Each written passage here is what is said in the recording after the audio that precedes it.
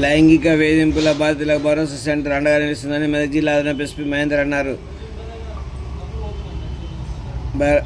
లైంగిక వేధింపులకు గురైన మహిళలు బాధితులకు భరోసాగా సెంటర్ ద్వారా అన్ని విధాల సహాయ సహకారాలు అందిస్తున్నామని జిల్లా అదనపు ఎస్పీ మహేందర్ అన్నారు. శనివారం జిల్లా కేంద్రం భరోసా సెంటర్ను ఆయన సందర్శించి తనిఖీ నిర్వహించారు.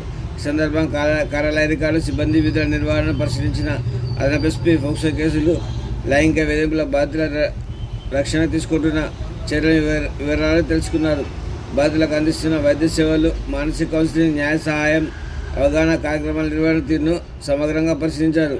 లైంగిక దాడులు, వేధింపులకు గురైన మహిళలు, బాలల పట్ల మానవతా దృక్పథంతో వ్యవహరించాలని, వారికి భయాందోళన కలగకుండా ధైర్యం కల్పించాలని సిబ్బందికి సూచించారు.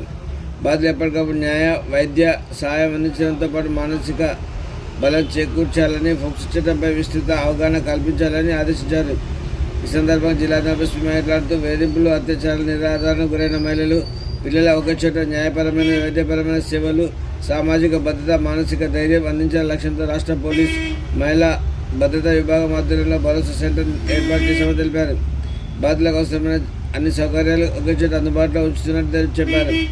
లైంగిక వేధింపులకు గురైన వారు భయపడకుండా ముందుకు వచ్చి ఫిర్యాదు చేయాలని ఆయన పిలుపునిచ్చారు. మహిళలు, బాలల రక్షణకు సంబంధించిన చట్టాలు మరింత కఠినంగా ఉన్నాయని, లైంగిక వేధింపులు లేదా దాడులకు పాల్పడితే కఠిన జైలు శిక్షలు తప్పనిసరి అని హెచ్చరించారు. ఈ కార్యక్రమంలో భరోసా సెంటర్ ఎస్ఐ శిరీష, భరోసా కోఆర్డినేటర్ సౌమ్య, లీగల్ అడ్వైజర్ శ్వేతతో పాటు సిబ్బంది తదితరులు